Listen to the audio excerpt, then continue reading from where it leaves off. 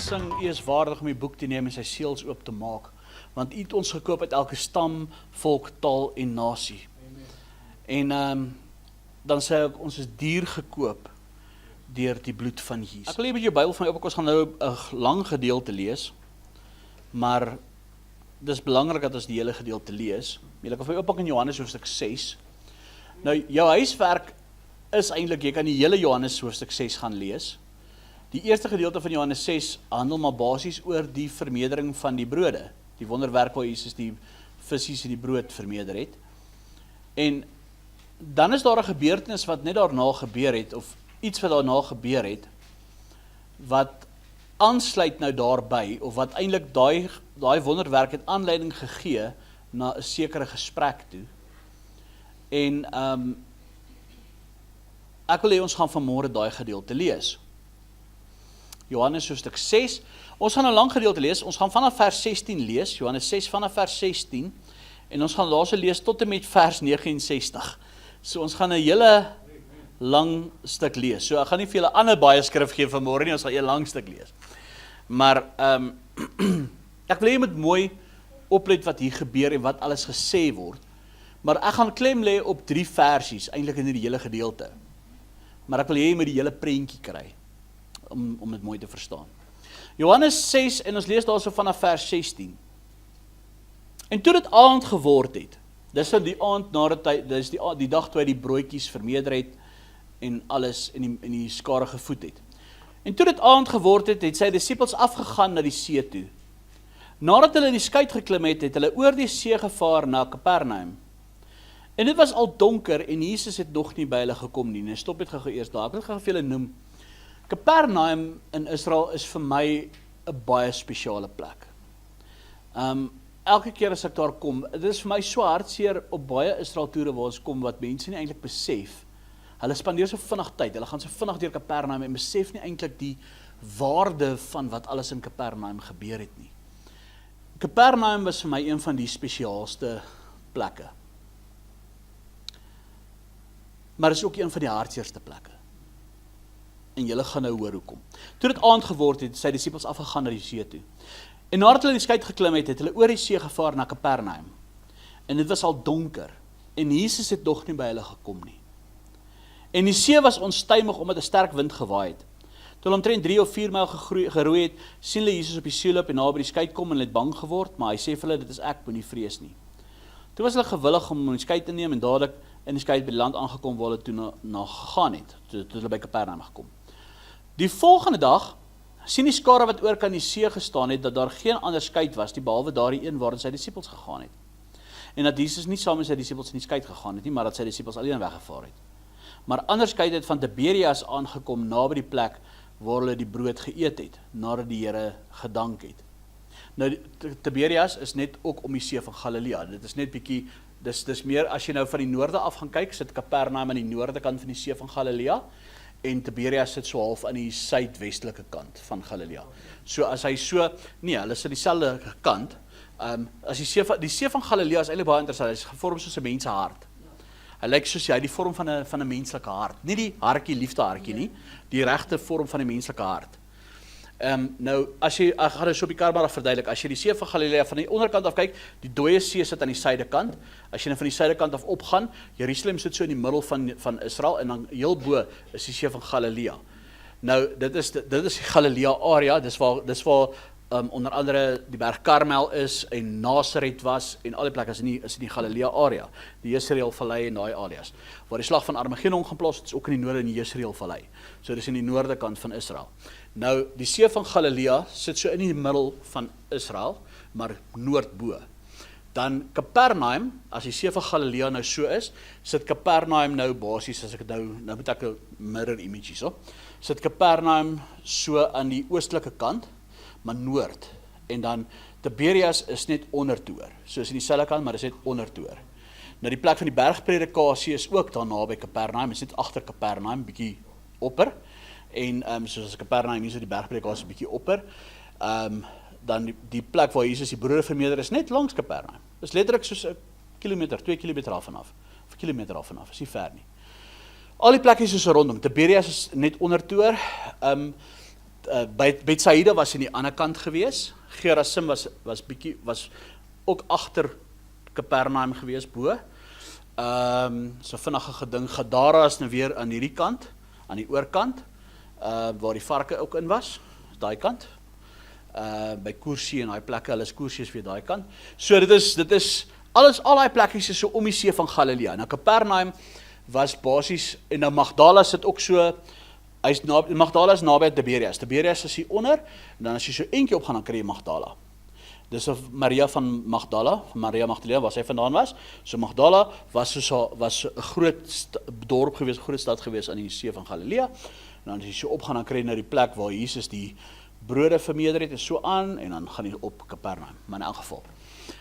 So nou het julle net 'n idee waar sit Kapernaum. So dis al die plekke, so as jy hierso praat van Tiberias het opgevaar, dis letterlik by mekaar. Dit is nie duisende kilometers van mekaar af. Dis almal om die see van Galilea. En in die see van Galilea, net vir interessantheid, is 'n vars watermeer. Hulle noem dit 'n see omrede dat as daai see onstuimig raak. Mense kan dit nie glo nie, maar as daai see onstuimig raak, daai dam onstuimig raak, kan hulle tot ek dink tussen 12 meter hoë branders kry, wat nogal rof kan slaan, hoor. Dis wild hoe daai water kan word op die see van Galilea. En so hy sê dis 'n varswatermeer. Dit is 'n groot varswatermeer, maar hulle noem dit net die see van Galilea. Maar is dit interessant. Ek dink die naam van die see kom omdat hy so onstuimig kan raak soos die see. Maar dis nie groot nie. Dis nie baie groot nie. As jy byvoorbeeld as jy byvoorbeeld by die plek staan waar Jesus die brode op vermeerder en so, en jy kyk so op, nou jy kan die Golan hoogte sien van daar af, wat weer heel noord is. Jy kan nogal vers hier, en jy kan Tiberias al die plekke sien. As jy by al die plekke is, kan jy reg rondom die see van Galilea sien. So, dis nie baie groot nie, maar in elk geval. Ek gaan weer vers,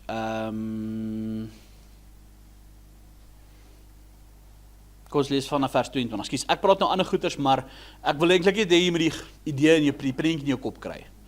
Vers 22. Die volgende dag sien die skare wat oorkant die see gestaan het, dat daar geen ander skei was nie, behalwe daardie een waarin sy disippels gegaan het, dat Jesus nie saam met sy disippels in die skei gegaan het nie, maar dat sy disippels alleen weggevaar het. Maar ander skei het van Tiberias aangekom, naby die plek waar hulle die brood geëet het, nadat die Here gedank het. Toe die skare dan sien dat Jesus nie daar was nie, en sy disippels ook nie, het hulle self ook in die skei geklim en na Kapernaum gegaan om Jesus te soek.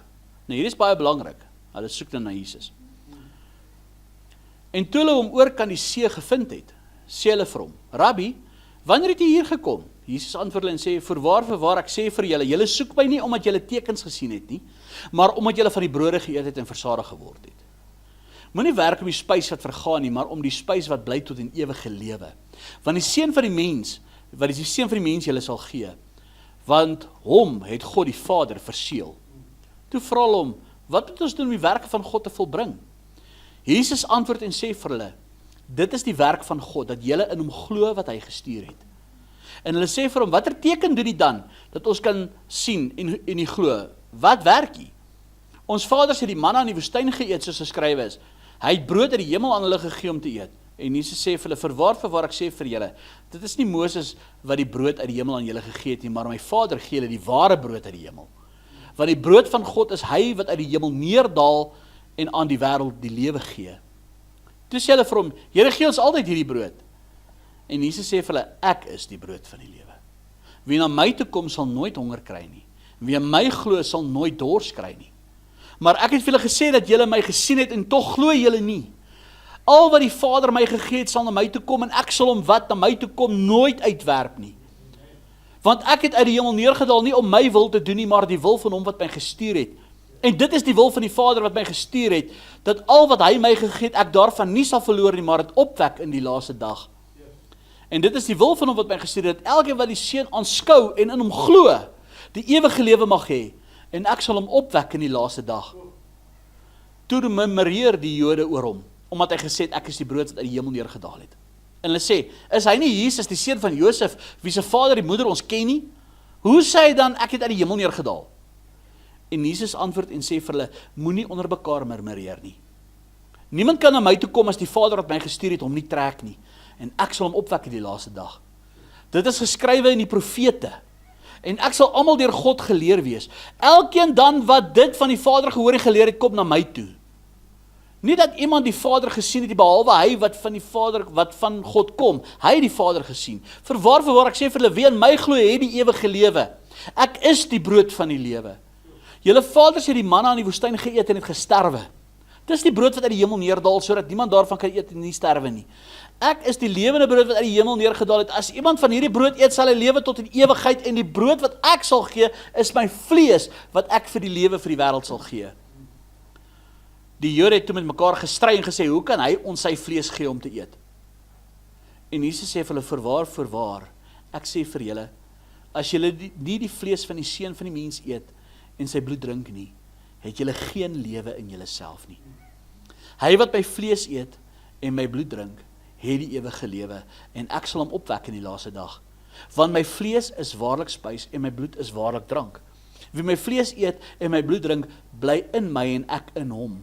Soos die lewende Vader my gestuur het, het ek deur die Vader, en ek deur die Vader lewe, so sal hy wat my eet, ook deur my lewe. Dit is die brood wat uit die hemel neergedaal het, nie soos julle vaders die manna geëet het en gesterwe het nie. Wie hierdie brood eet, sal tot in ewigheid lewe. Hierdie dinge het hy gesê in die sinagoge toe hy in Kapernaum onderrig gegee het.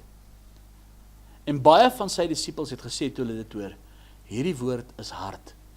Wie kan daarna luister? En nou wil ek jy iemand oplet, hierso wat hy nou hierso sê, vanaf vers 60. Baie van sy disippels het gesê toe hulle dit hoor.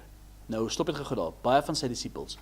Onthou in 'n ander gedeelte, hoeveel disippels het Jesus geroep? 70 ander disippels. Dis van wie hy so praat. Baie van sy disippels het toe hulle dit hoor, hierdie woord is hard, sê toe, hierdie woord is hard. Wie kan daarna luister? En Jesus het in homself geweet dat sy disippels hieroor murmureer. En hy sê vir hulle, is dit julle tot aanstoot? Hoe dan as julle die seun van die mens daarin sien opvaar waar hy tevore was? Dit is die gees wat lewend maak, die vlees is van geen nut nie. Die woorde wat ek tot julle spreek is gees en lewe. Maar daar is sommige van julle wat nie glo nie, want Jesus het van die begin af geweet wie hulle was wat nie glo nie, en wie hy was wat hom sou verraai. En hy sê, om hierdie rede het ek vir julle gesê, dat niemand na my toe kan kom, as dit hom nie deur my Vader gegee is nie. Hieroor het baie van sy disippels teruggegaan, en nie meer saam met hom gewandel nie. Toe sê Jesus vir die 12, wil julle nie maar ook weggaan nie? Wil julle nie ook weggaan nie? En Simon Petrus antwoord hom, Here, na wie toe sal ons gaan? U het die woorde van die ewige lewe. En ons het geglo en erken dat u die Christus is, die seun van die lewende God. Hier kry ons hierdie gedeelte waar Jesus die brode vermeerder. Die volgende dag kom soek hulle hom. En Jesus sê vir hulle, moenie werk om hierdie spys en drank nie. Soek die brood van die lewe. Ek is die brood van die lewe. Ek is die lewende brood. Wie my liggaam eet, my bloed drink, sal die ewige lewe hê. En baie van hulle het gesê, hierdie woord is hard. Hoe kan ons daarna luister? En dan sê hy, hulle het weggegaan en nie meer saam met hom gewandel nie. En Jesus draai na die ander 12 toe en hy sê vir hulle, wil julle ook weggaan nie? En Petrus het sê, Here, waarheen sal ons gaan? Want u het die woord van die lewe. U is die brood van die lewe. En hierdie woorde het Jesus gespreek in die sinagoge in Kapernaum. Daai sinagoge staan vandag nog. En veral as hulle die Byzantyne het 'n ander sinagoge bo op hom gebou, met die fondasie is nog steeds daar, op dieselfde plek, waar Jesus hierdie woorde gespreek het. En ek gaan nou 'n bietjie praat oor Kapernaum. Maar Jesus gee hier 'n preek wat die menigte verdeel het, wat so groot verdeeldheid en skeuring veroorsaak het. En hierdie is eintlik een van die mees dramatiese hoofstukke van die evangelies, wat hier gebeur. Hier kry ons Jesus wat kom en hy preek en hy doen wonderwerke en al die goed, maar hier kry ons 'n preek wat tot aanstoot is vir mense. Hulle draai hulle stap weg. Hulle sê, ek kan nie hierna luister nie. Hierdie is te hard vir my om te hoor. Ek wil dit nie hoor nie. En hierdie mense het Jesus gevolg en kom soek, omdat hy die brode vermenigvuldig het, en hulle het die wonderwerk gesien, en hulle was verstom, en hulle was, en nie net hierdie wonderwerkie, onder andere in Kapernaum was die plek waar Jesus die meeste wonderwerke gedoen het, wat hulle gesien het. Kapernaum was basies die sentrale plek, ek gaan nou 'n bietjie daarvan praat, van Jesus se hele bediening. En hulle sien hierdie wonderwerk van hierdie brode wat vermeerder, en hierdie visse wat vermeerder, en hulle was verstom, en daardie aand gaan slaap hulle met vol ma, want hulle was honger, maar daardie aand was magies vol oogies toe. En die volgende dag, wat kom soek hulle? Hulle kom soek weer brood, kom soek weer kos. In die hoop, hulle gaan soek na Jesus in die hoop om meer brood te kry, maar hulle soek nie 'n Messias nie, hulle soek brood. Hulle soek nie Jesus die Christus nie, hulle soek nie Jesus die redder nie, hulle soek die brood.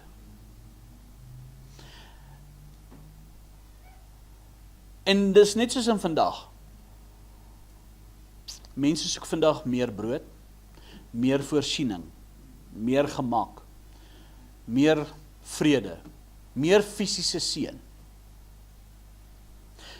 Hulle soek nie 'n verandering van gees nie, hulle soek nie 'n geestelike verandering, 'n geestelike wedergeboorte nie, hulle soek nie 'n geestelike verstand nie. Hulle soek voordele. Hulle soek dit wat hulle kan kry uit die deal uit. Hulle soek Jesus se voordele, maar hulle soek nie Jesus nie. En eintlik op 'n baie onverwagse oomblik begin Jesus en hy preek iets heeltemal wat hulle nie verwag het nie. Want hulle het verwag, die vorige dag het hy hulle innig jammer gekry, omdat hulle honger was en hy gee vir hulle kos. En die volgende dag kom hulle met daai selfde verwagting, en Jesus gee nie vir hulle brood nie. Hy wil homself vir hulle gee, maar hulle wil hom nie hê nie. En weet julle wat, dis 'n plek in die Bybel, 'n preek in die Bybel, wat Jesus self gepreek het. Hoekom was Jesus se woorde so hard? In vers 60 sê hy, baie van sy disippels het gesê toe hulle dit hoor, hierdie woord is hard, wie kan daarna luister? So eintlik bedoel hulle net eintlik, Jesus, dit is te veel gevra. Ons is nie bereid om dit te doen nie. Ons kan alles doen, maar ons kan nie dit doen nie. En onthou nou ook, as jy in 'n Joodse perspektief gaan kyk na dit, dan, hulle het presies verstaan wat Jesus bedoel het. Ons sal nou 'n bietjie daaroor uitbrei. Want dit was hard vir hulle om te gehoor het, en hulle sê, ons kan dit nie doen nie. Ons kan nie dit aan daai vereiste voldoen nie. Hoekom nie? Want eerstens, Jesus het totale oorgawe geëis. Totale oorgawe. Hy sê vir hulle vers 53, Jesus sê vir hulle, verwaar, ek sê vir julle, as julle nie die vlees van die seun van die mens eet en sy bloed drink nie, het julle geen lewe in julle self nie. So, hy sê eintlik basies, as julle kan net 'n bietjie van my wil hê nie. Jy kan nie net 'n bietjie van my kry nie. Jy kan nie net die goeie wil kry nie. As jy my wil hê, moet jy totaal en al oorgee aan my. Jy moet totaal en al aan my behoort. Jy moet totaal en al jou lewe aan my oorgee in alle opsigte. That's the package deal. Jy kan nie net die voordele van die package geniet, maar jy wil my nie hê nie. So, jy kan my nie wil volg en jou eie beheer van jou lewe hou nie. Jy kan my nie volg en deel wees van my sonder om jouself aan my oor te gee nie. Alles wat jy is, alles wie jy is, jou hele bestaan, jou hele lewenswys. Nou wil ek jy moet nou 'n bietjie in gedagte hou, as jy gaan kyk in daai tyd hoe dit was, veral hoe die omstandighede was in Kapernaum, ek gaan nou 'n bietjie daarvan praat, maar in hierdie geval, hulle wou nie net vir, Jesus sê vir hulle, ek wil julle volkome hê. Hulle wou die Messias hê, maar ook hulle eie wil. Hulle wou God se seëninge gehad het, maar ook hulle eie planne. Hulle wou ook hulle eie vrye wil, hulle eie planne nog steeds gehou het. So hulle wou, they wanted best of both worlds. Hulle wou God se hulp gehad het, maar hulle wou nog steeds gewandel het aan hulle eie sondes. Hulle wou nog steeds gedoen wat hulle wou doen. Hulle wou die koninkryk gehad het, maar hulle wou hulle eie troon gebou het. Maak dit sin wat ek probeer sê. En dis die konsep wat hulle gehad het. En daai selfe konsep kry ons vandag nog in die kerk, gaan dan 'n bietjie daar uitbrei. Maar Jesus sê ek wil jou hele lewe hê. Elke aspek van jou. Ek wil nie net 'n gedeeltelik van jou hê nie, ek wil jou in totaliteit hê. En dit was vir hulle hard om te hoor. Dis hoekom het hulle gesê, Here, hierdie woord is te hard om te hoor. Want as jy totaal en al oorgegee is aan Jesus, jy verloor jouself, basically. Jy gee jouself totaal in totaliteit oor, en dat jy geen meer van jou eie wil en begeertes het nie. Geen meer jou eie planne nie, geen meer jou eie drome nie, geen meer jou eie toekomsplanne nie. Dis nogal 'n groot prys om te vra.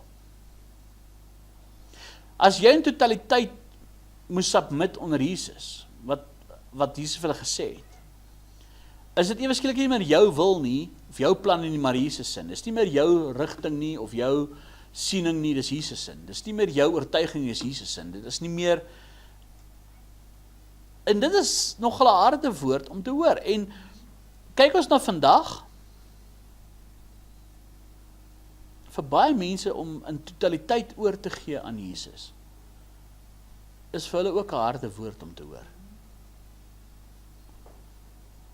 En dit was 'n harde woord ook, omdat Jesus verwys het na sy kruis. Eintlik, hy op hierdie stadium, hy het nog nie gesterf op hierdie stadium nie, hy het verwys daarin, want hy gesê het van, ek sal my lewe gee.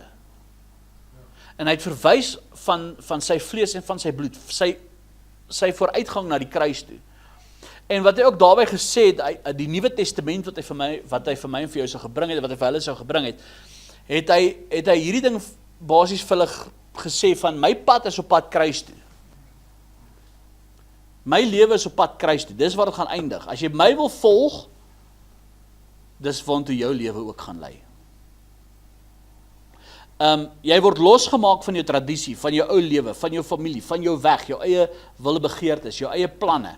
Maar jy moet net onthou, dit eindig by 'n kruis. Dit is nie 'n lekker ding om te hoor nie. Duidelijk wat hy vir Petrus gesê het, hy vir Petrus herstel het. Nadat hy vir Petrus herstel het, wat hy gesê het, wanneer jy op ouderdom kom, sal hulle jou weglei, jy sal gaan waar jy nie wil gaan nie. Hulle sal die hande aan jou slaan, jy sal, en hy het vir hom gesê, wat dood hy God mee sal verheerlik. Jy sien, hulle wou nie 'n pad gehad het na die kruis toe nie, want hierdie Jode was op daai stadium baie onderdruk deur die Romeine. Die Romeine het hulle basies verskriklik getax. Die Romeine het hulle verskriklik baie geonderdruk. Die Romeine was maar 'n wrede nasie gewees, en hierdie Jode wou 'n Messias gehad het wat moes opstaan teenoor die Jode. Hulle wou basies 'n Messias gehad het wat die Romeinse regering sou omvergooi. Hulle wou nie 'n Messias gehad het wat gaan sterf nie. Hulle wou beslis nie ene gehad het wat hulle roep om saam met hom te sterf nie. Maak dit sin? En weet jy, dis ook 'n interessante ding toe hulle vir Jesus oorgelewer het by Pilatus. Hulle het geweet dat Pilatus hom sal laat gaan, want as hy gesê het, hy sê van die valse getuienis wat hulle teen hom gebring het by Pilatus, wat Pilatus sê, maar ek vind geen fout by die man, het hulle vir hom gesê, maar hy is die koning van die Jode, hy sê hy is die koning van die Jode. Wat hulle daarmee probeer impliseer het, was, hoor so Pilatus, hy het gesê, hy is ons koning, hy is ons leier, wat beteken polities gewys, hy gaan julle aanvat. Hy is 'n bedreiging vir die Romeinse regering. Dis hoekom julle hom moet kruisig. En toe Pilatus met hom praat, en hy vra vir hom, is jy die koning van die Jode? Hy sê, jy sê dit. Ek het dit nie gesê nie, jy sê dit. En dis hoekom Pilatus vir hulle gesê, maar ek vind geen fout in hierdie man nie. Hy het nie gesê, hy is die koning van die Jode, en julle sê dit. En dis hoekom hy vir Barabbas toe nou vrygelaat, want hy het nie 'n saak teen Jesus gehad nie. Polities gesproke. So dit was een van die aanklagte wat hulle teen hom gebring het. Maar nou kry ons die situasie waar Jesus vir hulle gesê het, volg my, ek is die brood van lewe, julle moet my vlees en my bloed drink. Hulle wou nie. Want wat behels 'n kruis? 'n Kruis beteken, jy gaan jou eie trots moet afbreek. Glo vir my, 'n kruisiging was nie 'n mooi prentjie nie. Dis 'n vernederende prentjie. Want as hulle 'n persoon gekruisig het, het hy naak in die publiek gehang. Hulle het hom bespot, hulle sal hy ou bespotlik gemaak het, en dis juist hoekom hulle Jesus laat geesel het. Onthou hulle wat toe Pilatus ook vir hulle gesê het, want toe sê hulle, ja, maar hy het hom gelyk gestaan met God, toe laat hy hom geesel. Toe sê hy vir hulle, hier is die mens.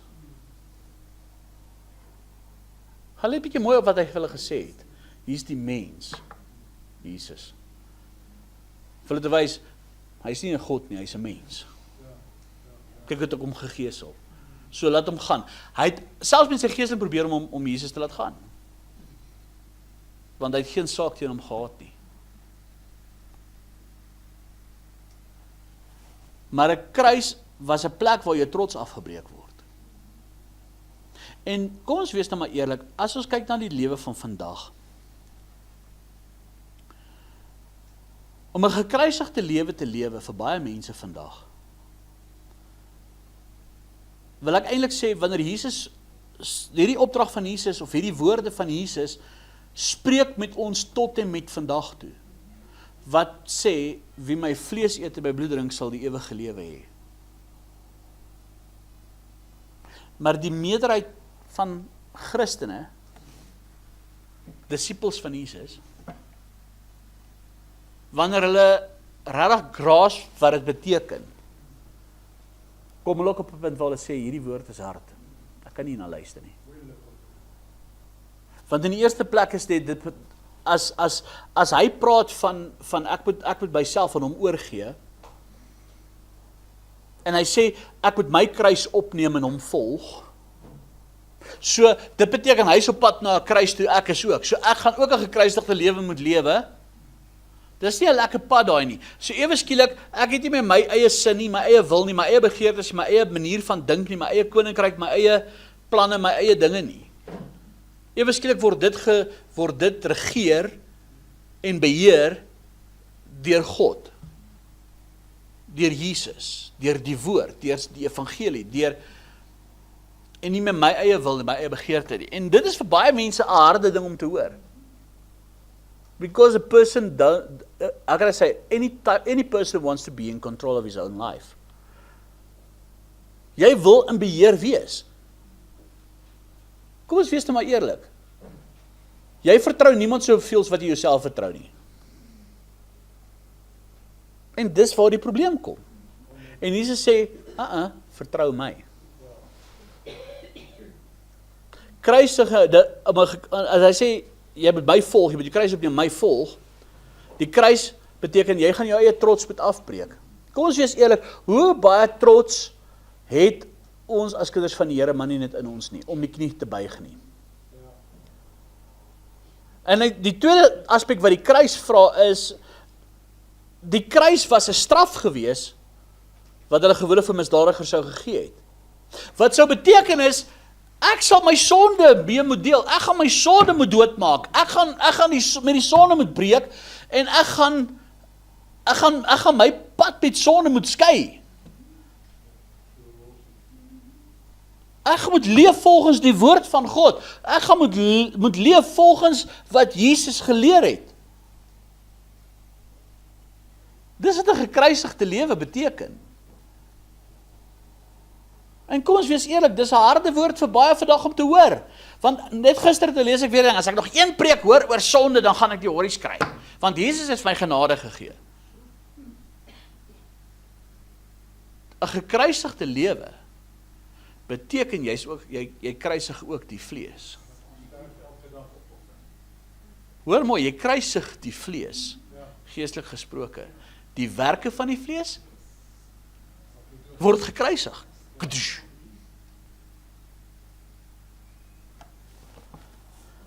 'n Kruis beteken, jy gaan jou eie selfsug moet vermoor.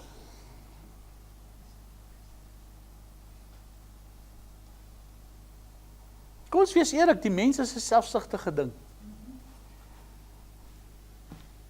'n Mens is 'n selfsugtige kreatuur. Ek is nie selfsugtig nie. Okay, hoeveel keer lei jou eie ek jou? Hoeveel keer is jou eie ek in die prentjie?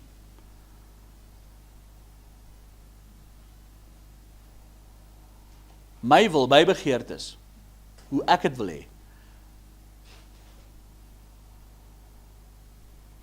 Dis wat die kruis beteken, neem met daai selfsug vermoë.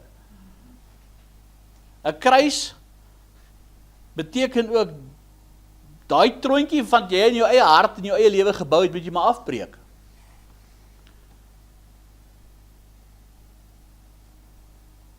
Ons plaas onsself baie male op 'n troon, wat ons self hoor ag as ander. Dit moet afgebreek word. Jy sien nou, kyk ons uit daai perspektief uit bietjie na dit, dan gaan ons, as Jesus sê, wie my vlees eet, my bloed drink, as hulle dit doen, jy nie deel aan my nie. Hierdie woorde is bietjie hard hoor. Van daai is 'n pad wat na die kruis toe lei, en dis nie 'n pad wat ek graag wil. Ek wil nie graag ook op pad kruis toe wees nie. So ek praat nie van jy gaan nou fisies gekruisig word nie, maar daar is geestelike dinge wat jy moet kruisig.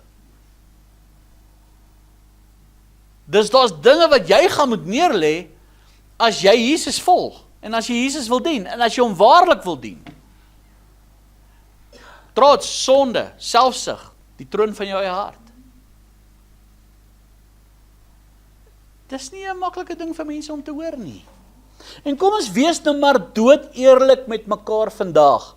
Die meerderheid van Christene vandag leef nie gekruisig nie.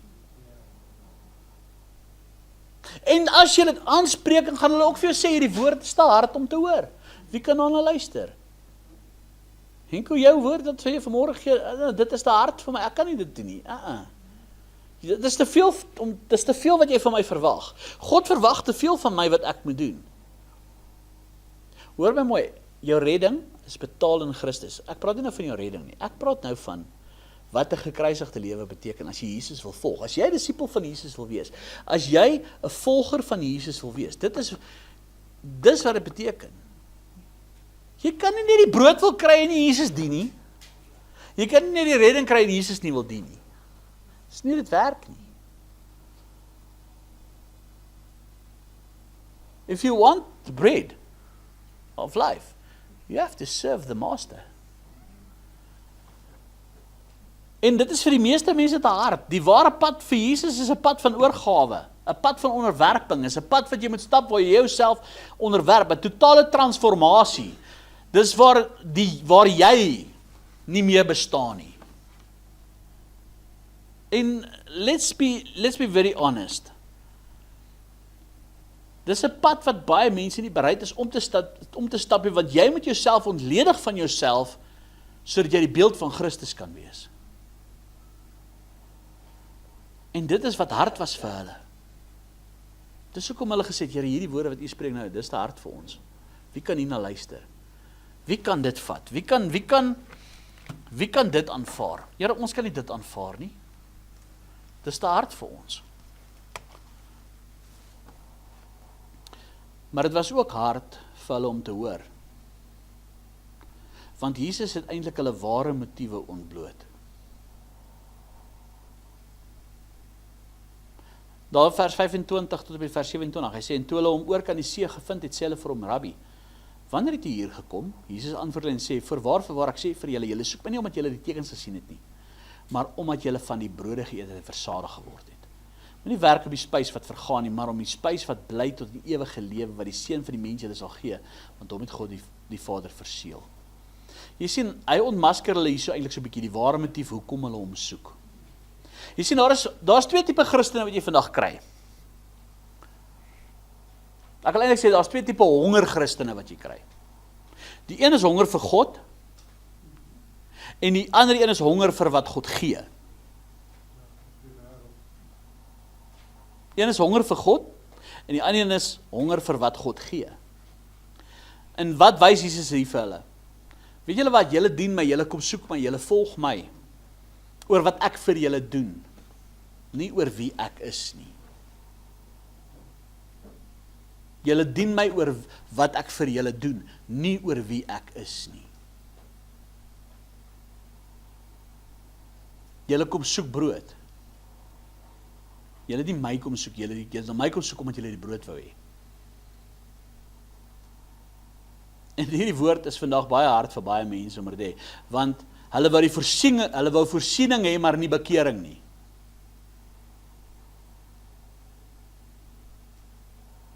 En hierdie woord was vir hulle baie hard.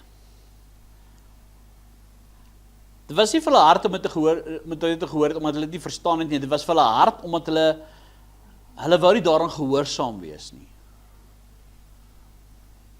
Hulle wou nie eintlik, hoe kan ek sê, hulle was nie bereid om alles prys te gee om Jesus te volg nie. Hulle soek die gawe, maar hulle soek nie Jesus nie. En ek sien dit vandag so baie in die kerk vandag. Baie dien Jesus net vir sy hand, nie vir sy hart nie.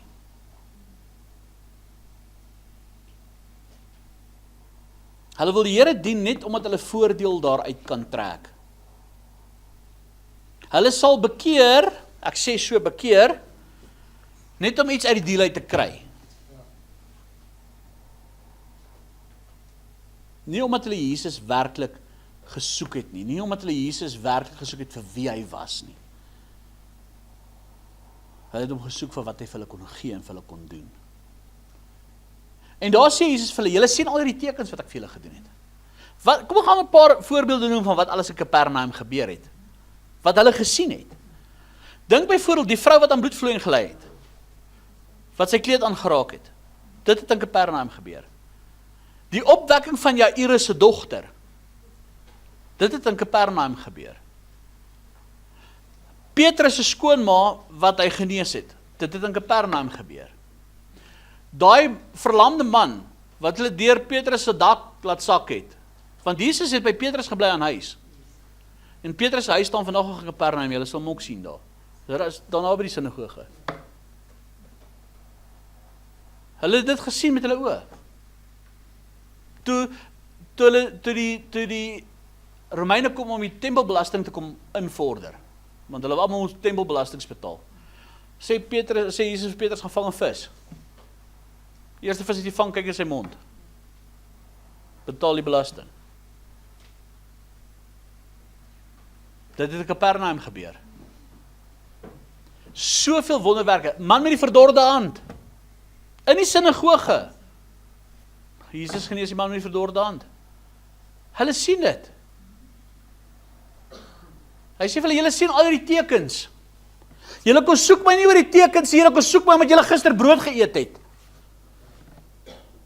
Julle moes al lank al bekeer het, dit julle al die tekens gesien het wat gebeur het. Nee, wat kom soek julle my vandag? Omdat julle brood gekry het.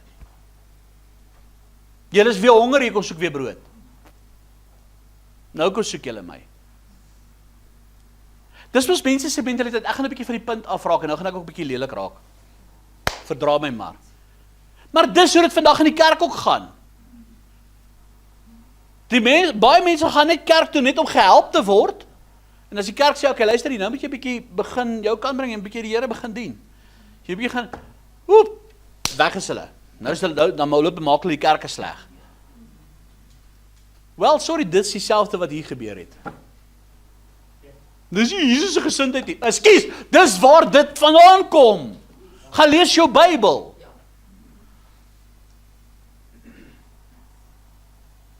Daar kom 'n punt, ja, Jesus het hulle brood gegee. Hy het hulle jammer vir hulle gevoel, hy het hulle brood gegee. Maar die volgende dag het Jesus hulle gesê, hey, kom volg my. Soek eers die koninkryk van God. Dis hoekom Jesus vir hulle geleer het in Matteus 6. Wat kwel julle oor julle lewe, wat julle gaan eet, wat julle gaan drink, wat julle gaan... Soek eers die koninkryk van God en sy geregtigheid. Al die ander dinge sal vir julle bygevoeg word. Hoekom? Want die Here weet julle het hierdie goeders nodig. Maar soek hom eers, vind God eers.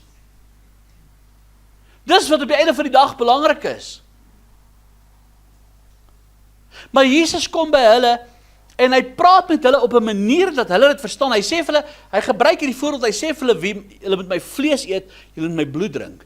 Nou, hy sê nie hulle moet nou kannibale word nie. Dis nie wat hy bedoel nie.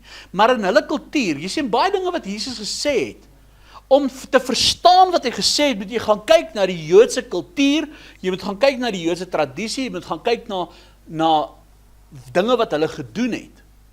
En hulle het presies verstaan wat hy sê. En eintlik waarna Jesus verwys, en is iets wat julle ook ken, ek het al baie oor gepreek, is Jesus verwys eintlik hier na die Galileese bruilof. En wat gebeur het was, om het mooi te verstaan is, die bruidegom sou 'n beker uitgehou het vir die bruid, as hy ooreengekom het oor die bruidskat, hy en sy pa, dan sou hy die beker uitgehou het na die bruid toe en vir hom gesê het, dit is 'n nuwe testament wat ek met jou wil sluit, dit is 'n nuwe verbond wat ek met jou wil sluit. As sy die beker gevat het, en sy drink dit, wat sê sy vir die bruidegom? Ek aanvaar jou, ek word joune, jou lewe word myne, ek neem die verbond in my liggaam aan. Ek behoort nie meer aan myself nie, ek is nie meer my eiendom nie, ek behoort nou ten volle aan jou. Dis hoekom Paulus skryf in Korintiërs, in 1 Korintiërs 7, dis net vir interessantheid, dis waar hierdie beginsel vandaan kom, in 1 Korintiërs 7, waar Paulus skryf in die huwelik, oor aspekte rondom die huwelik, ek gaan nie nou vanmôre daaroor preek nie, maar, dis hoekom hy skryf daar in 1 Korintiërs 7 vers 4, sê hy, die vrou het nie mag oor haar eie liggaam nie, maar die man. Net so het die man ook nie mag oor sy eie liggaam nie, maar die vrou. Want hoekom sê hy dit? Dis die beginsel van bruidskap en van die bruidegom. Wanneer sy die beker geneem het, het sy gesê, ek is nie meer myne nie. Ek behoort nie meer aan myself nie. Ek is nou joune. Vat my papa, maak met my wat jy wil.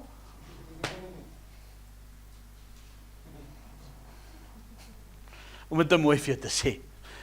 Rous het daar geneer, ging.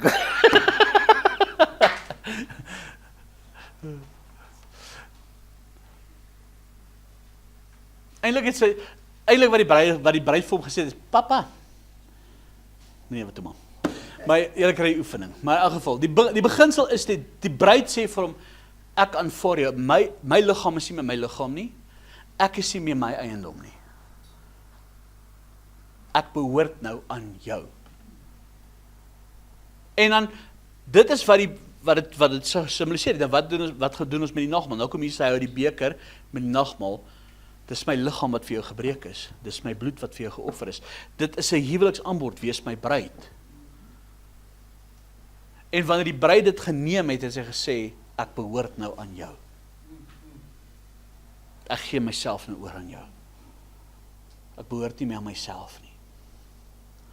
Ek neem die verbond aan in my liggaam, oorgegee aan jou. Ek is nie meer my eie baas nie. Ek het my vrye wil opgeoffer vir jou. Om jou te behaag. Weet jy, ek dink nogal, ek het nog nooit eintlik 'n huwelikspreek gehoor oor hierdie aspek nie. Ek dink as mense dit begin toepas, gaan daar minder probleme in die huwelike wees.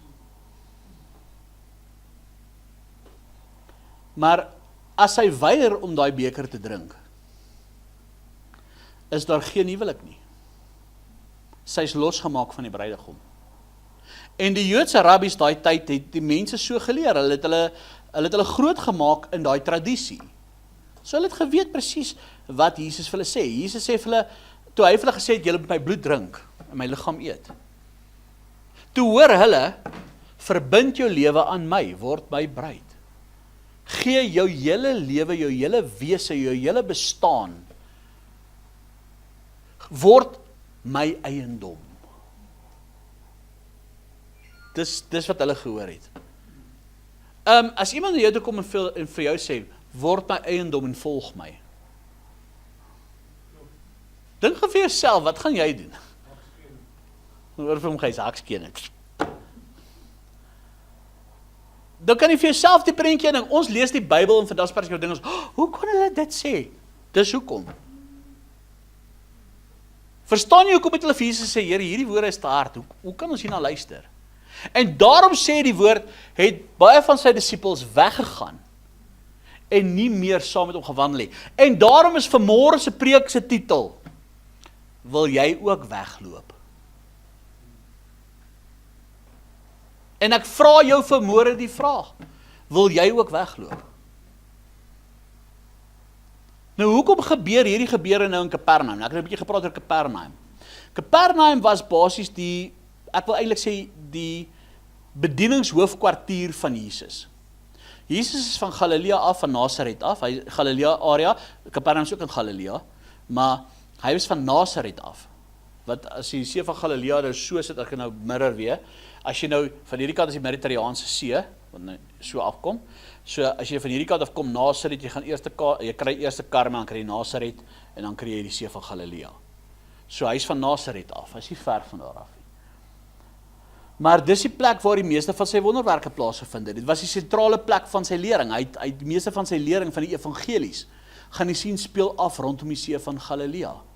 Die plekke waar dit af sig gespeel het, soos onder andere Betsaida, Kapernaum, Gerasib, ons gaan nou 'n bietjie daarvan praat, Magdala, Kursi, al die plekke, dis waar dit plaasgevind is, alles rondom die See van Galilea. Dit was die sentrum van sy lering.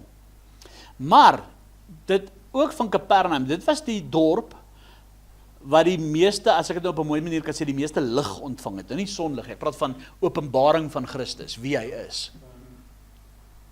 Hulle het Jesus gesien dat hy die Christus is. Hulle het al die wonderwerke beskou, hulle het beleef, dit was een van die dorpe gewees wat onder andere skryf Johannes. Hy sê aan die einde van Johannes, net vir interessantheid, want Johannes skryf oor Kapernaum, wat daar gebeur het. Hoor gou waarmee sluit Johannes af in die brief van Johannes, of die boek van Johannes.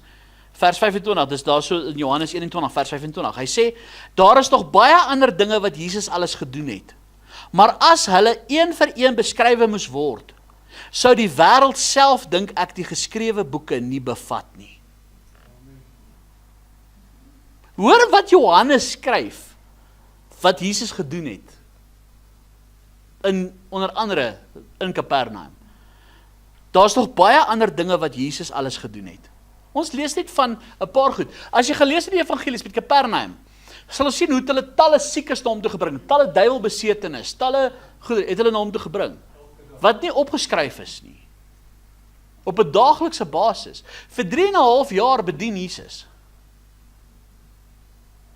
Op 'n daaglikse basis gebeur dit. En hy sê, daar is nog baie ander dinge wat Jesus alles gedoen het, maar as hulle een vir een beskrywe moes word, sou die wêreld self, dink ek, die geskrewe boeke nie bevat nie. Daar is nie genoeg boeke in die wêreld, om te kon, as hulle een vir een moes beskryf geword het, is daar nie genoeg boeke in die wêreld, om dit alles te noem nie.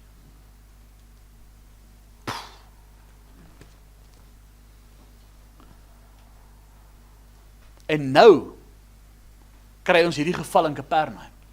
Nadat dit die plek was waar die meeste lig ontvang het, die meeste openbaring van wie Jesus was, kry ons dat Kapernaum een van die dorpe is wat die hardste harte gehad het. Dit is hoekom Jesus, maak van oop aan Matteus 11. Matteus 11. Maar daar was 'n gevolg vir hulle aksie. Daar was 'n prys wat hulle sou betaal omdat hulle harte verhard was teenoor Jesus. In Matteus 11 kry ons die geval wat Jesus toe hier volgende sê. Matteus 11 wat ons gaan daar lees vanaf vers 20. Toe het hy die stede waarin die meeste van sy kragtige dade plaasgevind het. Daar sê die woord, né? Begin verwyd omdat hulle nie bekeer het nie. Wee jou Chorazin. Nou Chorazin het vir gesê is net so agter Kapernaum. Wee jou Betsaida wat aan die oorkant is. Want as in Tyrus en Sidon die kragtige dade plaasgevind het wat in hele plaasgevind het, sou hulle al lankal in sak en as bekeer het.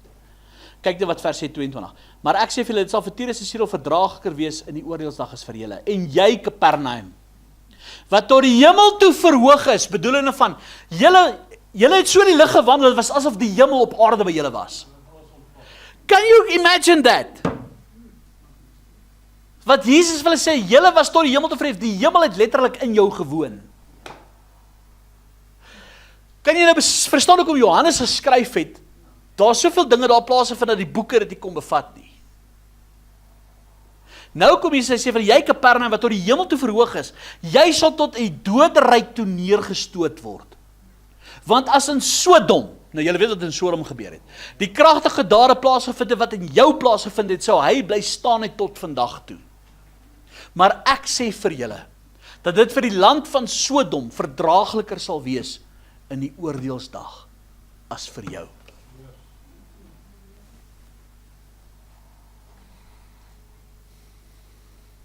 Ja. Dit is die prys van die mense wat Jesus verlaat het.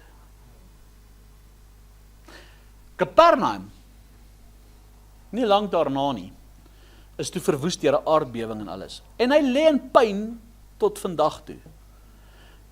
Daai plek, al wat daar oorgebly het van Kapernaum, is net ruïnes. Dis net ruïnes. Die sinagoge, die fondasie staan nog daar so en alles. Is afgebreek. Daar is nie 'n lewende siel, behalwe die mense wat nou daar kom om te gaan toer. Maar daai stukkie wat jy vandag sien van Kapernaum, is nie die hele Kapernaum nie. Hy gaan nog verder, langsom is daar nog so 'n basilika plek. Meeste van die goed is ondergrond. Meeste van Kapernaum is nog ondergrond. Is begrawe. 'n Aardbewing het hom platgevee, het hom verwoes. En hy lê tot in verwoesting tot vandag toe. Daai stukkie wat jy vandag sien, dis wat jy vandag sien. Wat opgegrawe is. Jesus se woorde, wat gesê het, jy Kapernaum sal tot die doderyk toe neergestoot word. Sy woorde het waar geword. Want Jesus se woord is die waarheid. Jesus sê vir die tempel, hy het vir hulle gesê, kyk hierdie mooi gebou, nie een klip sal op die ander gelaat word nie. Dit het gebeur. En Kapernaum is 'n getuienis van wat gebeur as jy Jesus verwerp. As jy nie jou lewe aan Jesus oorgee nie. Hoor mooi, ek praat nie van jy dien Jesus net om die voordele te kry om te gaan brood soek het nie. Ek praat van as jy nie jou lewe aan Jesus oorgee nie. As jy sy vlees nie eet, sy bloed nie drink nie. As jy nie die evangelie deel mee word nie. As jy nie die evangelie in jou lewe het nie. As jy nie die volbringde werk van Christus in jou lewe het nie. As jy nie jou lewe aan hom oorgegee het nie. Nou jy dra die naam van disipel omdat jy net die brood gekry het nie. Dit is die prys vir die mense wat Jesus verlaat het. Kan ek jou iets vertel? Hulle het nie die evangelie misverstaan nie. Hulle het nie die evangelie boodskap wat Jesus vir hulle probeer sê misverstaan nie. Hulle het dit nie miskien gemisinterpreteer nie. Hulle het presies geweet wat Jesus vir hulle sê. Hulle het presies geweet. Op die einde van die dag het hulle 'n oorgawe tot die evangelie geweier. Wat is die evangelie? Wat Christus in die kruis gedoen het, dat my geloof en my vertrou in sy volbringde werk, dat ek hom vertrou vir my redding, dat my geloof vertrou in hom plaas, dat hy my nie gemaak het, dat ek my lewe aan hom oorgegee het. Ek kan nie werk vir my redding nie, dit is 'n geskenk wat ek ontvang. Maar wanneer ek daai geskenk ontvang het, gaan my lewe oorgegee wees aan hom. Dis daai transaksie van die verbond wat plaasvind. Baie mense het ons hierdie mentaliteit. Okay, jy gaan sê gou 'n gebedjie op, gaan doen gou, jy is nou gered, once saved, always saved. Dis nie hoe dit werk nie. Jesus sê, ja, ek gee my lewe vir jou oor. Ja, ons ontvang dit, sy redding, as 'n geskenk uit genade, want God het was ons genadig. Ons hoef nie te werk daarvoor nie. Ons ontvang dit. Jesus gee vir hulle brood uit genade. Maar hy sê, volg my. Volg my. Jy kan nie bely ek dien Jesus, maar jy leef vir die wêreld nie. Jy sien, hulle het nie die evangelie misverstaan nie. Hulle het net botweg die oorgawe tot die evangelie geweier. En dis wat baie Christene vandag doen. Wanneer hulle hoor wat ek vandag ook moet sê, hierdie woord is te hard, wie kan hierna luister?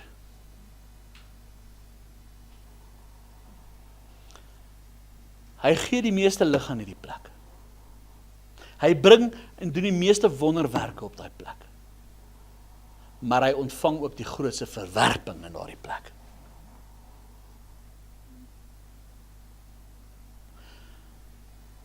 En wat gebeur? God oordeel die plek met die meeste lig, die strengste. Want hulle het die meeste gehaat om te verloor.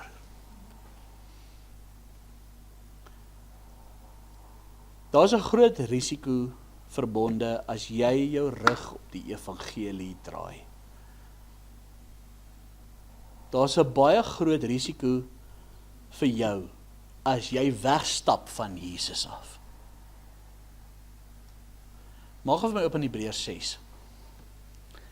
Nou ek het al baie prediking gehoor oor hierdie vers wat verkeerd geïnterpreteer is. En hopelik gaan dit vanmôre vir jou sin maak. Hebreërs hoofstuk 6. Hy sê daar so vers 4, Hebreërs 6 vers 4. Want dit is onmoontlik om die wat eenmaal verlig geword het en die hemelse gawe gesmaak en die Heilige Gees deelagtig geword het. Hou net 'n pernaam in julle agterkop hierso. En die goeie woord van God gesmaak en die kragte van die toekomstige wêreld en afvallig geword het om die weer tot bekering te vernuwe omdat hulle ten opsigte van hulle self die seun van God weer kruisig en openlik tot skande maak. Nou hierdie vers sê nie dat as jy gesondig het of jy teruggeval in sonde of jy het verkoel bietjie teenoor die Here, dat jy nou vir ewig verlore is, daar is nie meer vir jou redding nie. Dis nie wat dit beteken nie. Want baie mense interpreteer hierdie vers nou so, maar hulle verstaan nie die konteks wat hy hiervan praat nie. Wat is die konteks vir as jy verkoel het, of as jy bietjie teruggeval het, of as jy in sonde geval het, of as jy gesondig het, of bietjie verkoud het teenoor die Here, wat moet jy doen? 1 Johannes 1 vers 9. As ons ons sondes bely, hy is getrou en regverdig om ons te vergewe, jy moet terugdraai na die Here toe. Daar's vir jou vergifnis. Hierdie vers praat van iemand wat net pleinweg weier om sy lewe aan Jesus oor te gee. Jy wil die voordele van Jesus hê, maar jy wil Jesus nie hê nie. Jy het deelagtig geword, jy weet wat die waarheid is, jy hoor die evangelie, jy ken die evangelie, jy weier botweg om jou lewe aan hom oor te gee, jy draai weg en jy stap weg van Jesus af, soos wat hulle gemaak het, om te sê, Here, hierdie woord is daar, ek kan nie na luister nie, hulle het weggedraai van Jesus af. As jy sonder Jesus gaan sterwe, bly daar vir jou geen ander manier van redding oor nie. As jy die evangelie verwerp, wat is die evangelie? Jesus se volbringde werk aan die kruis. Dat Jesus gekruisig is, begrawe is, opgestaan, jou geloof en vertroue in sy volbringde werk. As jy die evangelie verwerp en jy wil 'n ander evangelie aanhang, 'n ander manier van redding, 'n ander manier van toenadering tot die Here, as jy jou eie pad wil stap, jou eie kop wil volg, jou eie geloofie wil volg, jou eie dingetjie wil volg en jy verwerp die evangelie en jy draai jou rug op Jesus se volbringde werk, is daar geen ander manier vir redding vir jou nie. Jy kan maar watter heilige naampie roep, dit gaan jou nie red nie. Jy kan maar watter tiendes gee, dit gaan jou nie red nie. Jy kan maar watter kerk voorgestel en aangeneem gedoop wees, dit gaan jou nie red nie. Jy kan maar 10 keer gedoop wees in jou lewe, dit gaan jou nie red nie. Jy kan maar AGS, Pinkster, PPK, Baptis, Humanis, Atheïs. Jy kan enigiets van daai wees, dit gaan jou nie red nie. Of jy nou NG hervormd, charismaties, of jy 70 Adventis, whatever, maak nie saak, as jy jou rug op die evangelie draai, as jy nie Jesus het nie, daar is net een manier van redding. Sy volbringde werk aan die kruis. En jy moet jou lewe aan hom oorgee. Dink terug aan die rower aan die kruis. Hy was in geen daai sinagoge nie. Alhoewel hy dalk 'n Jood was wat alles gedoen het, sy tradisie kon hom nie red nie. Hy was 'n rower, hy was sleg, hy was 'n slegte mens. Hy was nie aangeneem en voorgestel nie, hy is nie gedoop nie, hy is nie gedit nie. Hy het aan die kruis gehang en vir Jesus gesê, Here, dink aan my. Hy het besef wie hy is. Hy het besef wat hy doen. En hy het geweet aan homself is hy leeg. Ek kan niks gee vir my reding nie. Here, dink net aan my, want ek weet net in U is die lewe, maar vir my is dit te laat. Dink net aan my, as jy in die koninkryk kom. Hy het erken, Jesus is God, hy het erken, hy is die koning van konings, hy het erken, hy is die Messias, hy het dit erken. En op daai stadium in sy gees het hy gesubmit aan Jesus. Hy het vir die ander gesê, ek en jy verdien wat ons hier kry. Hierdie man is onskuldig. Hy verdien dit nie. Here, dink net aan my. Ek weet, Here, U gaan na U koninkryk toe. Ek sal dit nooit sien nie, want in myself het ek niks om dit te kan verdien nie. Ek is nie so regverdig soos hierdie fariseërs nie. Ek is nie so heilig soos hierdie klomp ouens wat hier rondom die kruis U staan en bespot nie. Al wat ek weet, Here, U is ver groter as hulle. U is ver verhewe bo hulle, want U is die Christus. Dink net aan my. En wat doen Jesus? Ek sê jou, jy sal vandag saam met my in die paradys wees.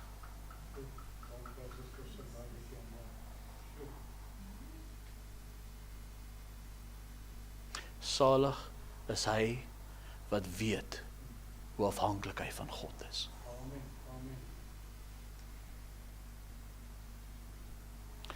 Hy het nie die brood by Jesus gesoek nie. Hy het Jesus begeer. En in sy hart het hy gedink, ek kan hom nie kry nie. En Jesus sê, dis juist vir jou wie ek gekom het. In Kapernaum wou hulle my nie hê nie. Jy het nie eens gesien nie, en jy glo. Wat het Jesus van Thomas gesê? Salig is hy wat glo en nie gesien het nie. Die rower aan die kruis het nie alles gesien nie, nie alles beleef nie, maar hy oortuiging in sy gees gehad.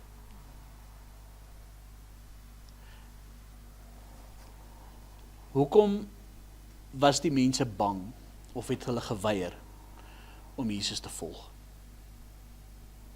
Hoekom het hulle gesê, hierdie woord is te hard, ons kan nie na luister nie? Want in die eerste plek is, hulle was bang vir finansiële verlies. As ons gaan kyk in daai tyd, om Jesus te gevolg het, was nie 'n baie wyse move in daai tyd nie. Onthou, daardie tyd is nie soos vandag nie. In daardie tyd het hulle aan die een kant die regering gehad van die Romeine, wat hulle onderdruk het, en aan die ander kant het hulle die priesters gehad, die tempel, en onthou, op die tyd was die tempel nog nie verwoes nie, en hulle die sinagoges gehad, hulle die priesters gehad, die fariseërs, die sadiseërs, en al die ouens. So, ons kry die hele tyd daai stryd tussen Jesus en die fariseërs die hele tyd. Jy sien hoeveel tension is daar, tussen waar Jesus kom en sê, ek bring vir julle 'n Nuwe Testament, hulle hou vas aan Moses, hulle hou vas aan die wet, hulle hou vas aan die tempel, hulle hou vas aan dit. So dit was in daai tyd nie 'n wyse move, in die eerste plek, om Jesus te gevolg het nie. Want dit sou veroorsaak dat jou hele lewe ontwrig word. Ewe skielik is jy in die minderheid, ewe skielik het jy nie die ondersteuningsnetwerk wat jy moet hê nie, ewe skielik is jy uitgelewer aan hierdie klomp wolwe, wat jy net wil verskeer. So ekonomies gewys, hulle sou hulle ekonomiese versekering basies verloor het. Want glo jy vir my, as hy byvoorbeeld, kom ek gaan 'n voorbeeld gee, as hy 'n visserman was, so wat Petrus was 'n visserman, Petrus, Johannes, almal. Jesus sê vir hulle, los julle nette, ek sê julle vissers van mense maak, kom volg my. Wat sou gebeur het as hulle nou 'n volgers van Jesus was? En hulle was vissermanne, wat hulle visse wou verkoop het, aan daai klomp Jode. Hulle sou hulle nie ondersteun het. Daai ouens sou gegaan het, hulle sou by die ander ou gaan koop het wat deel was van die tempel. Wat deel was van die sinagoge. Verstaan jy wat ek sê? Hulle sou outcasts gewees het. So finansiëel sou dit 'n baie slegte implikasie vir hulle gewees het. Finansiëel sou dit nie vir hulle wys gewees het nie. Hulle sou bietjie verloor het, né? Hulle hele lewenstyl sou drasties moes verander. Hulle gaan nie meer kan doen wat hulle voorheen gedoen het nie. Hulle sou nie meer die materialistiese gerief kon najaag wat hulle gehad het nie. Kapernaum was 'n ryk stad. Magdala was 'n ryk stad. Ek wil gou iets noem. En nou wil ek gou kan ek gou 'n bietjie julle fondasies bietjie skud. En hierdie is nou nie prosperity preaching of enige iets nie. Hierdie is feite. Prove me wrong. Dis eintlik wat ek wil sê. Ons het hierdie mentaliteit dat Jesus 'n arm man was. Kan ek julle gou 'n bietjie dit gou reg help? Kom ons gaan terug na sy geboorte toe. Wat se geskenke het die wyse manne gebring? Ons kry altyd hierdie gedagte van 3 wyse manne, 3 geskenke. En daar was nie net 3 wyse manne gewees nie. Kyk hier by, hy sê 3 wyse manne. Hy praat van die wyse manne. Gewoonlik het hulle in 'n caravan getrek, 'n karavaan. Wat bedoelende was daar was 'n klomp kamele met 'n klomp mense met 'n groep wat sou getrek het. Hulle was van die Magi, so dit was 'n groep. En hulle het 3 soorte geskenke gebring. Goud, wierook en mirre. Hulle het gegaan om 'n koning te ontmoet. Dink jy, as geskenke bring hulle vir 'n koning, 'n bakkie mirre, 'n bakkie goud, en 'n bakkie wierook? Mirre was een van die duurste speserye wat jy kon kry. Wierook was een van die duurste speserye wat jy kon kry. Goud, hulle bring 'n king's ransom vir Jesus. Think about this. Hulle bring 'n koningsgeskenk aan Jesus. Dink as toe hulle uit Israel gevlug het vir Herodes Egipte toe. Hoe het hulle daar 'n bestaan gemaak? Ja, maar Jesus se pa was dan 'n skrynwerker geweest. Ja, mens sê hy was arm nie. Hoe het hulle bestaan gemaak in Egipte? Van die goud, wierook en mirre. Wat verkoop hulle in Egipte? Speserye. Wierook, mirre, al die tipe goeders. Goud, wat doen jy met goud? Nou kom ons aan Magdala met Jesus se bediening. Maria van Magdala, Maria Magdalena, onder andere sê die woord van die Here vir ons, dat die vroue het Jesus met hulle besittings gedien. Onder andere noem hy Maria Magdalena. Nou almal het die mentaliteit Maria Magdalena was 'n prostituut. Kan jy dit vir my die woorde wys dat Maria Magdalena 'n prostituut was? Waar kry hulle daai idee? Van die Rooms-Katolieke kerk uit. Dit kom nie voor in die Bybel. Maria Magdalena was nie 'n prostituut. Ja, die Bybel sê die Here het 7 duiwels uit haar uitgedryf. Sy was nie 'n prostituut nie. Inteendeel, as jy gaan kyk 'n bietjie na Maria Magdalena en jy gaan 'n bietjie studies doen oor haar, gaan jy sien sy was 'n weduwee gewees. Sy was 'n baie ryk vrou gewees. Magdala was 'n baie groot stad wat bekend was vir handel in die visbedryf en dan ook in purper. Die kleur purper, pers. Daai purper, sy het 'n purper besigheid gehad. Nou in Magdala kan jy nog die ruïnes van dit sien waar hulle hierdie purper sou gemaak het. Om net vir julle 'n idee te gee. Purper om 'n kleurstof te kry, dis 'n kleursel waarmee hulle klere gemaak het. Royal blue en royal purple, daai royal gown wat ons vir hier gesê, die kleed, daai koningskleed en daai goeders was van purper gemaak. Om net vir julle 'n idee te gee. 1 gram, om 1 gram van daai purper te kon gekry het in daai tyd. Daai purper kom van 'n spesifieke slak af, wat hulle dit van geoes het. En daai slakke kom nie in daai area voor nie, hulle moes dit geïmport het van elders af. Né? Om 1 gram van daai purper te kry, moes hulle so iets as 12 of 13.000 van daai slakke gehad het. Om 1 gram van hy purper te gekry het.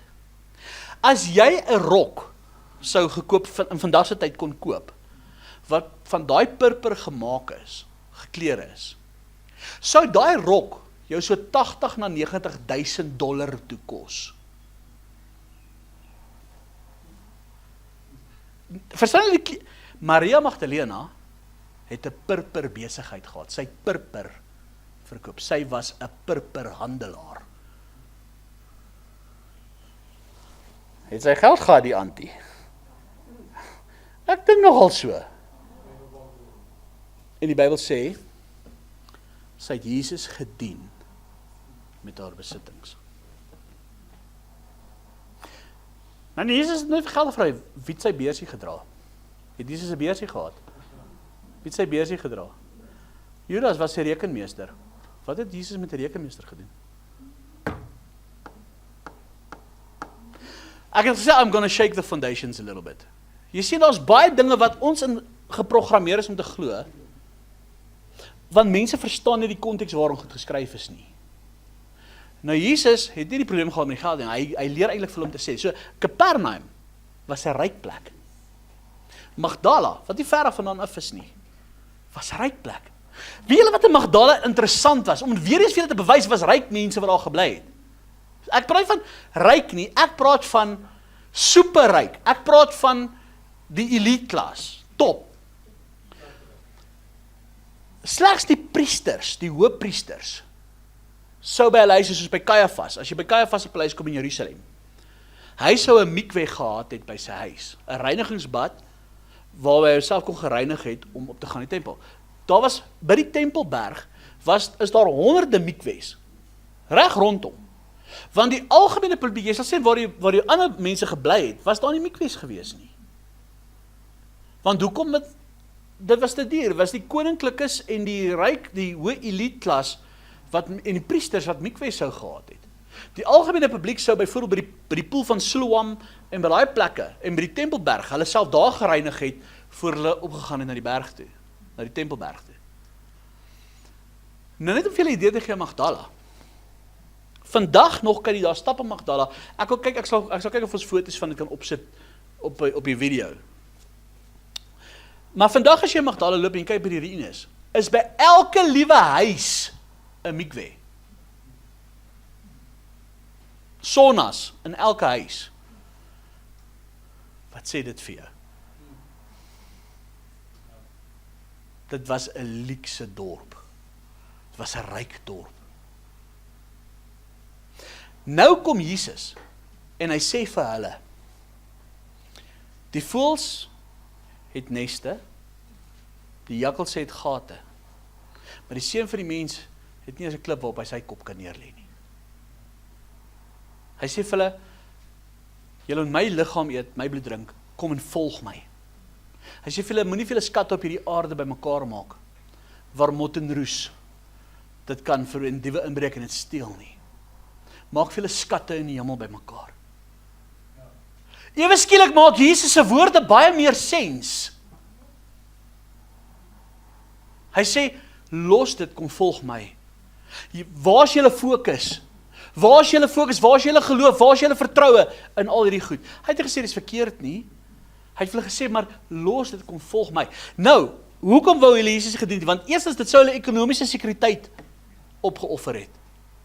Want ewe skielik sou hulle nie meer materialistiese lewenstyle kon geleef het nie. Hulle sou meer goedhartig moes word, meer barmhartig, want hoe meer hulle sou gehad, hoe meer barmhartigheid kon hulle bewys.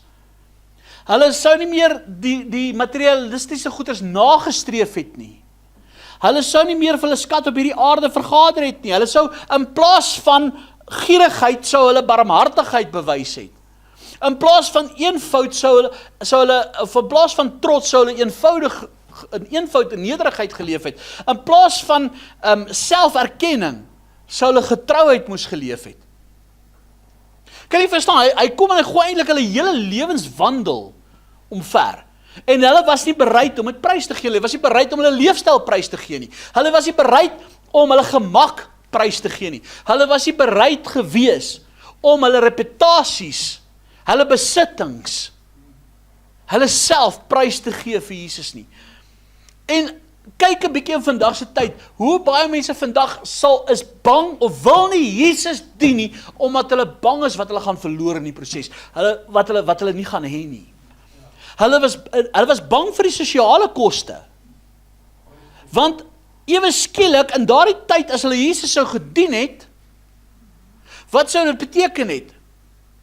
Jy sou ewe skielik uitgeskuif geword het uit die samelewing uit. Jy sou jou familie sou jou verwerp het. En onthou, daai dorpies is naby aan mekaar. So jy kan nie net, al gaan nie na 'n ander dorp, al besluit jy, ek vat my goed, ek trek Ferrara, ek is nou klaar met hierdie dorp. Ek gaan bly in Bethsaida, daar werk nie meer. Almal ken mekaar. Jy gaan uitgewerp wees orals. Jy gaan onwelkom wees orals. Jy gaan onpopulêr wees orals. Weet jy wat, die sinagoge gaan jou uitskop. Jou kerk gaan jou uitskop. Wie is nog ooit uit 'n kerk uitgeskop nie? Ek is trots op daai ene. Mense gaan dink jy's mal. Die sosiale implikasie. Dien jy nou die Here? Asseblief man. Jy gaan ewe skielik nie meer so welkom wees by die familiebraai nie. En net soos vandag, wou hulle nie anders as almal gelyk het nie, hulle wou ingepas het in die groep. Hulle wou ingepas het in die groep. Nou, gaan na Matteus 10 toe. En Jesus kom en hy sê vir hulle, julle moet my vlees eet, julle moet my bloed drink, julle moet julle lewe kry. Hierdie is belangrik dat jy hierdie woorde hoor vandag. Matteus 10 kom Jesus, kyk wat sê Jesus vir hulle. Matteus 10 vanaf vers 34 tot en met vers 40. Matteus 10 vanaf vers 34 tot vers 40. Hy sê, moenie dink dat ek gekom het om vrede op die aarde te bring nie. Ek het nie gekom om vrede te bring nie, maar die swaard. Want ek het gekom om tweedrag te verwek tussen 'n man en sy vader, tussen 'n dogter en haar moeder, 'n skoondogter en haar skoonmoeder. En 'n mens se huisgenote sal sy vyande wees. Wie vader of moeder bo my liefhet, is my nie waardig nie. Of wie seun of dogter bo my liefhet, is my nie waardig nie. Wie sy kruis nie neem en agter my volg nie, is my nie waardig nie. Wie sy lewe vind, sal dit verloor. Wie sy lewe verloor om my ontwil, sal dit vind. Wie julle ontvang, ontvang my. En wie my ontvang, ontvang hom wat my gestuur het. Wat hy sê, wie sy lewe vind, sal dit verloor. So, as jy jou lewe in hierdie lewe soek, jy gaan dit verloor. Maar as jy jou lewe wil verloor terwille van my, as jy daai lewe prys gee terwille van my, sal jy dit vind. Jesus het nie vir hulle gesê, onder andere, dis verkeerd om besittings te hê, dis verkeerd om dit te hê. Hy het dit vir hulle probeer illustreer. So as jy niks gehad het nie, sou ek vir jou genoeg gewees het. En die vraag wat ek vandag ook vir mense wil vra, as jy niks het nie, as jy alles het, en Jesus kom en hy sê vir jou, as jy niks sal hê nie, sal jy my nog steeds dien. Dan laat my so dink aan Habakuk 3. Gaan lees 'n bietjie Habakuk, ek gaan dit nie vir hulle sê nie, gaan lees Habakuk 3. Dis ek julle huiswerk. Maar hulle was bang om beheer te verloor, hulle was bang, en dit is een van die grootste vrees van alle mense. Wat gaan gebeur as Jesus regtig my koning word? Wat gaan met my gebeur as hy regtig my God word? Wat gaan met my gebeur? In die eerste plek is net, dit beteken, jou tyd behoort nie meer aan jou nie, jou denke moet verander, jou begeertes moet sterf. Dit beteken, jou planne moet oorgegee word, jou sonde moet uitgeroei word, jou identiteit moet herskryf word. Dis 'n totale transformasie. En weet jy wat doen hulle? Selfs vandag, mense kies eerder om in gevangenskap van hulle eie regering te bly, as om vry te wees in Christus. Hoekom dink jy maak Jesus, toe sê Jesus, kom volg my, los al die goed, volg my. Hy wil jou losmaak van hierdie wêreld. Dat niks in hierdie wêreld vir jou meer saak maak. Hy sê nie, dis nie noodsaaklik nie, moet jy eet? Ja. Moet jy werk? Ja. Moet jy salaris verdien? Moet jy geld? Ja. Hy sê ook, wie nie werk, jy moet nie eet nie. Dit is so. Die beginsel is net, hierdie wêreld moet jou nie vashou nie. This world is not our home, we are just passing through. Weet jy hoeveel mense, as gevolg van die druk van die lewe, en die sorge van die lewe, dis hoekom Jesus in Matteus gepraat het van die sorge van die lewe, verloor geloof, en draai hulle rug op Jesus, omdat die sorge van die lewe, vir hulle te veel geword het. En weer eens daai geval van, want hulle soek nie Jesus nie, hulle soek die brood. Die vraag is net, as jy net Jesus oor het, sal hy vir jou genoeg wees. Dis eintlik wat hy vir hulle probeer sê. Is jy bereid om dit te doen? Is jy bereid om alles vir my prys te gee? Nou hoor my mooi, ek profeteer nie sê vir jou gaan verkoop al jou goed en dan word jy 'n minister, dan gaan jy daar in die boendes in en gaan doen dit nie. Jy, as iemand veral, pas op vir mense wat so oor die profeteer om sulke goeders te doen. Dis nie wat ek vanmôre vir jou sê nie. Ek probeer vir jou, kry die boodskap wat ek vir jou probeer gee. Die vraag is net, is jy bereid, genuine bereid, om jouself op te offer vir Jesus? Of is jy nie bereid om dit te doen nie? En dis eintlik wat Jesus vir hulle sê. Want hulle wou 'n Jesus hê wat brood gee, maar nie bekering vra nie. Hulle wou 'n Jesus hê wat seën, maar nie transformeer nie. Hulle wou 'n Jesus hê wat hulle troos, maar nie heilig maak nie. Hulle wou 'n Jesus hê wat hulle sal red, maar nie oor hulle regeer nie. Dis wat hulle wou hê. Hulle wou 'n Messias hê sonder 'n kruis. En 'n godsdienst sonder 'n prys. Dis basically wat hulle wou hê. En hier kom Jesus se skerpste vraag wat hy gevra het. Wat hy vra, hy draai na sy disippels, hy sê, wil julle nie ook wegloop nie? Wil julle ook nie gaan nie? Hulle het almal nou gegaan. En julle? Wil julle ook maar gaan? En dit is die eerlikste vraag wat hy in die Bybel vra. Wil julle nie ook weggaan nie? Hoor my wat hy sê. Hy vra, wil julle nie ook weggaan nie? Hy soebat hulle nie. Hy sê nie, moet asseblief nie weggaan nie. Hy sê nie vir hulle, ek sal die boodskap sagter maak en verander en aanpas nie. Hy sê nie, weet jy wat, ons kan bietjie aan die vereistes werk nie. Ons kan maar, hy sê, weet jy wat, okay, ons kan dit maar op jou manier doen nie. Ons kan maar bietjie compromise, volg my net, maar ons kan maar bietjie kyk nie. Hy sê vir hulle, hy lek julle agterente, moet asseblief nie gaan nie. Asseblief bly by my. Hy vra vir hulle, wil julle ook gaan? Daar is 'n keuse om te maak. Hy laat hulle kies. God dwing nie, hy kompromieer nie, hy wen jou nie deur manipulering of afpersing nie. Hy laat jou self kies tussen die lewe en die dood. Hy stuur jou nie help nie, hy laat jou self kies. Wat is jou vraag vanmôre? Wil jy ook wegloop? Maak gou vir jou oop daar so Markus 10. Ek het gesê ek gaan nie baie verse gee nie, maar dit is dinge wat by my opkom. Maak gou op daar so Markus 10.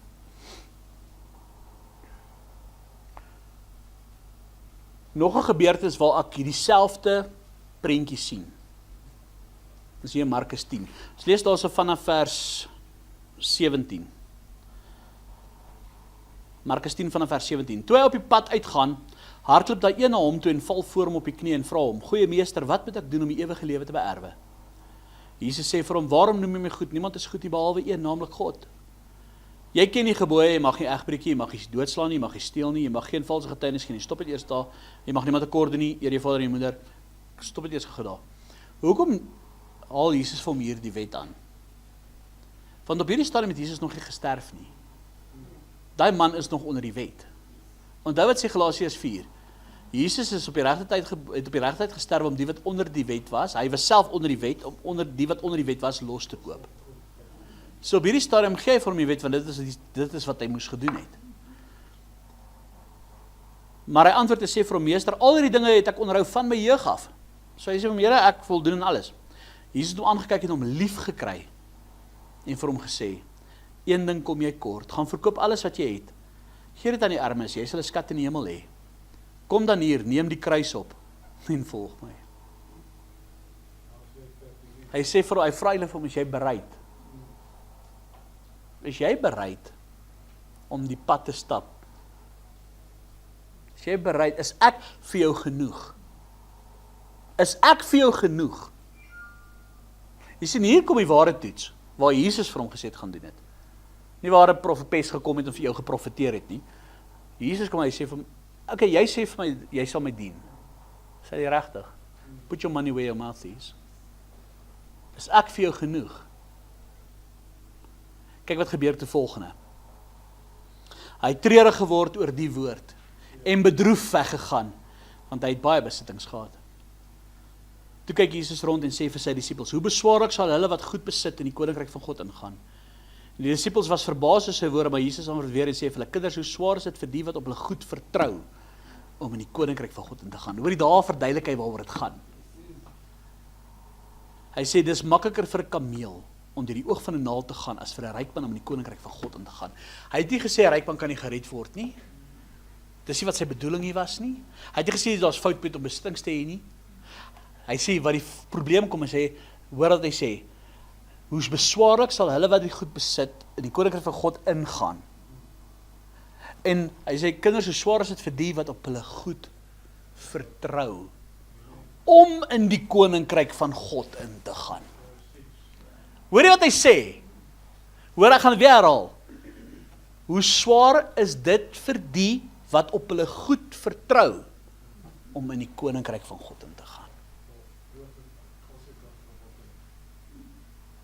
Want waar lê hulle vertroue? Waar is hulle liefde? Waar is hulle fokus? Waar is hulle geloof? Waar is hulle in geanker? Dis waarmee Jesus 'n probleem gehad het. Kyk net die verskil, dan gaan ons terug, ek het nou gepraat van Maria Magdalena. Kyk net die verskil. Sy het nog steeds haar besigheid gehad, hy het nog steeds gefloreer, sy het geld gehad, maar sy het toegepas wat Spreuke 3 sê, vereer die Here uit jou goed. Sy het God verheerlik daardeur. Sy sou alles prys gegee het, en wie was tot aan die einde aan Jesus se sy gewees? Wie was die eerste persoon aan wie Jesus verskyn het na sy opstanding? Wow, as jy 'n oorgegewe lewe het, sal Jesus hom aan jou openbaar. Maak dit sens. Hy het nooit vir Maria gesê, gaan maak jou besigheid toe nie, geef my al jou geld nie. Nee, dis nie wat hy gedoen het nie. Vir haar was haar lewe Christus. Die res was 'n bysaak. Sy het hom gevolg sy het tot voor sy graf gestaan. Van Galilea af tot in Jerusalem het sy hom gevolg. Maar sy het nog steeds al goed gehad. Sy was nie 'n weduwee vrou, of ek bedoel, sy was 'n weduwee vrou, maar sy was nie 'n straatvrou gewees nie. Maak dit sin? Nou kom Petrus se woorde. En hy sê, daar in Johannes 6 vers 68, en Simon Petrus antwoord hom, Here, na wie toe sal ons gaan? U het die woorde van die ewige lewe. Let op wat Petrus nie sê nie. Petrus sê nie, Here, dit is maklik nie. Petrus sê nie, Here, ek verstaan alles nie. Petrus sê nie, Here, ek voel gereed nie. Ek voel my maar gereed om te gaan nie. Hy sê, Here, U is die enigste weg. Daar is geen ander manier nie. Ons het geen ander keuse nie. Ek kan niks anders kies nie. Daar is nie vir my 'n ander opsie nie. U is die weg, die waarheid en die lewe. Daar is geen ander opsie vir my nie. Dit is wat ware bekering is. Ware bekering is nie net 'n gebedjie wat jy opgeset het, of 'n traantjie wat jy gepik het, of 'n atmosfeer wat jy gevoel het, of 'n hoendervleis wat jy gekry het, dit is 'n diep besef en realiteit, daar is net vir my een weg en dit is Jesus. Dis wat ware bekering is. Wat Petrus sê, Here, waarheen ons sal gaan, U is die enigste weg. En nou kom my vraag vir jou vanmôre.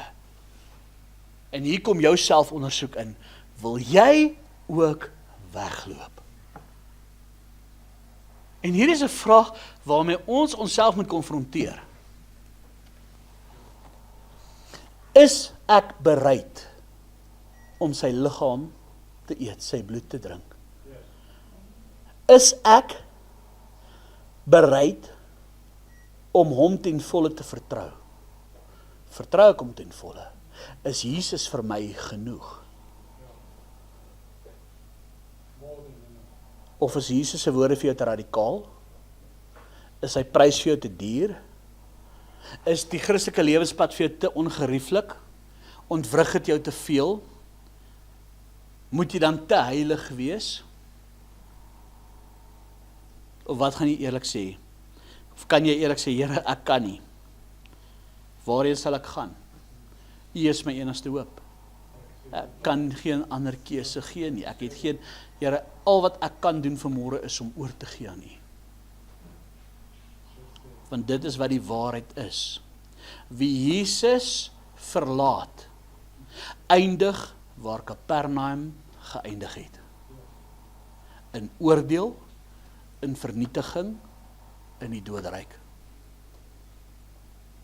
Maar wie die knie sal buig, wie sal luister na die woorde van Jesus, wie die beker drink, wie die brood van die lewe sal eet, daardie mense, Jesus sal nooit sterwe nie.